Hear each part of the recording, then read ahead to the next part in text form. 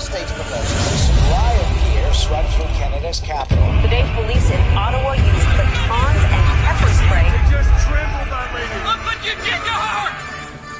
Medical wait times in this country are longer than ever. The cost of living just keeps climbing. There's a socialist coup unfolding in Canada, and we taxpayers are funding it. In the recent years, a lot of Canadians have been watching their once well-regarded country become what some are even calling tyrannical. A country previously hailed as the most free and democratic in the world.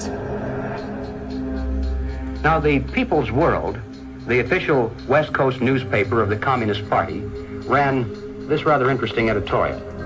What is needed now is an effort that begins to approximate the magnitude of the problem. As a minimum, such a program should demand massive emergency action by the federal government.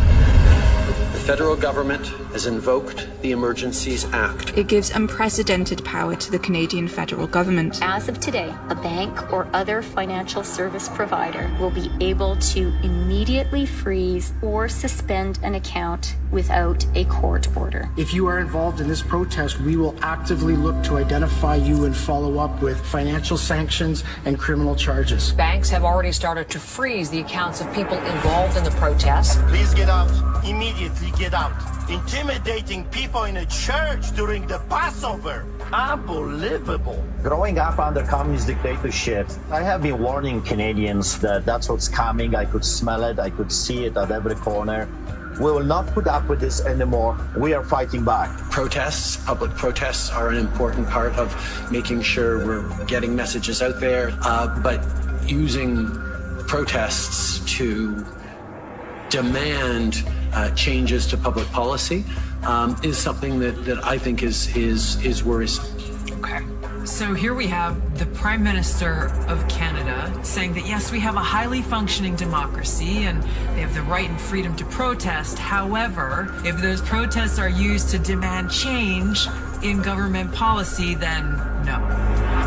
The small fringe minority who are holding unacceptable views that they're expressing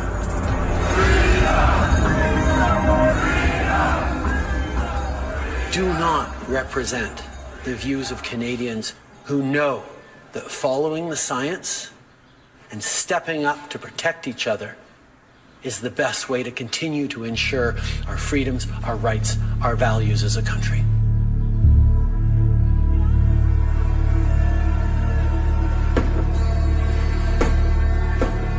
Liberal Prime Minister Justin Trudeau claims to be following the science, but Trudeau's science often comes in the form of this bizarre authoritarian technocracy. I think that Justin Trudeau stepped on the landmine when he weaponized the banking system in Canada against the truckers. Those peaceful trucker protests, their most violent act was honking their horns. And in retaliation, they had their access to their bank accounts, and anybody that supported them in any way had their access to bank accounts eliminated. And at that moment in time, we all came to realize what was really going down. Even with Sun TV watching for any slip, he was asked which country he most admired and referred to China. The level of admiration I actually have for China, because their basic dictatorship is allowing them. I applaud China for stepping up. I applaud Canada. You can tell what I'm thinking. A Prime Minister who openly admires the Chinese basic dictatorship, who tramples on fundamental rights by persecuting and criminalizing his own citizens as terrorists just because they dared to stand up to his perverted concept of democracy, should not be allowed to speak in this House at all. Mr. Trudeau, please spare us your presence. Thank you. Canadians know where I stand. This is a moment for responsible leaders to think carefully about where they stand and who they stand with. While Justin Trudeau makes a compelling case study, he is not the only dictator on the rise. Under the new rules provided by the COVID-19 emergency, many other elected leaders were empowered to show their true colors. Interesting how they all marched in perfect lockstep while chanting the same slogans. This pandemic has provided an opportunity. Here we are now with an economy in crisis, but with an incredible opportunity. It's certainly a major crisis, but it also offers us a unique opportunity. Unprecedented opportunity to rethink and reset. The great opportunity for reset. Opportunity for us to reset. For a reset. It's almost as if they all attended the same school of thought and studied under the same professor.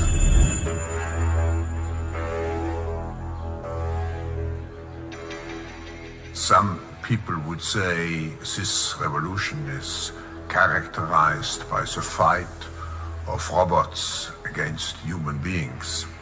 And we will win this fight. Professor Klaus Schwab was born in 1938 in Ravensburg, Germany, where Nazi crimes against humanity were committed. His father, Eugene Wilhelm Schwab, was the managing director of Escher Weiss Ravensburg, a company that used slave labor to manufacture weapons of war for the Third Reich. While Klaus, his father, was at the helm, the Nazi Party awarded Escher Weiss Ravensburg the title of National Socialist Model Company. Years later, Klaus Schwab joined the board of directors at Escher Weiss Ravensburg, where he played a key role in the development of South Africa's nuclear weapons program during the darkest years of the racist apartheid regime. Today, Klaus Schwab is the founder and executive chairman of the World Economic Forum. If you'd like to meet the people who are supposed to repair the state of the world, or give a piece of your mind to the bankers who helped get us into this mess, we can tell you where to find a lot of them. The World Economic Forum.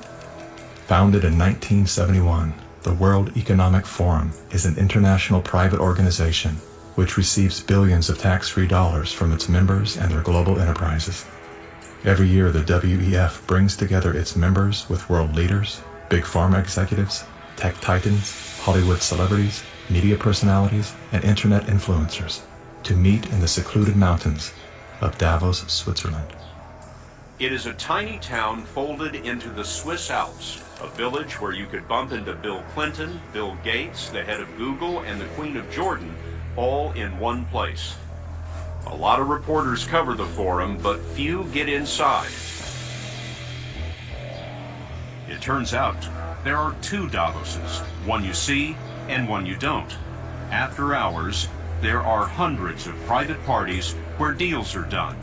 People who can't be seen together in public can meet here. Your Royal Highnesses, Excellencies, distinguished heads of state and government, the future is built by us, by a powerful community as you here in this room. Klaus Schwab, the founder of the WEF, is particularly upfront and even proud of his ability to shape and influence world politics. I created the community of global shapers as a means, as a force to shape our common future. And of course, their Global Young Leaders program is a grooming ground so that when they ultimately infiltrate cabinets, We penetrate the cabinets. they will likely tend to govern a certain way. Nobody will be safe if not everybody is vaccinated. The names and the countries he mentioned ended up being some of the most dystopian and authoritative during this pandemic. Names like Ms. Merkel, Vladimir Putin, and so on. Other names? Jacinda Ardern, Sebastian Kurz, Mauricio Macri, Mark Zuckerberg, Jack Ma, Gavin Newsom, Stéphane Bancel, Chelsea Clinton, Leonardo DiCaprio, Sanjay Gupta, Dr. Leana Wen, Alexander and Jonathan Soros, George Soros' sons, and several of the Rothschilds. And of course, Now who could represent such a world better than you, Prime Minister?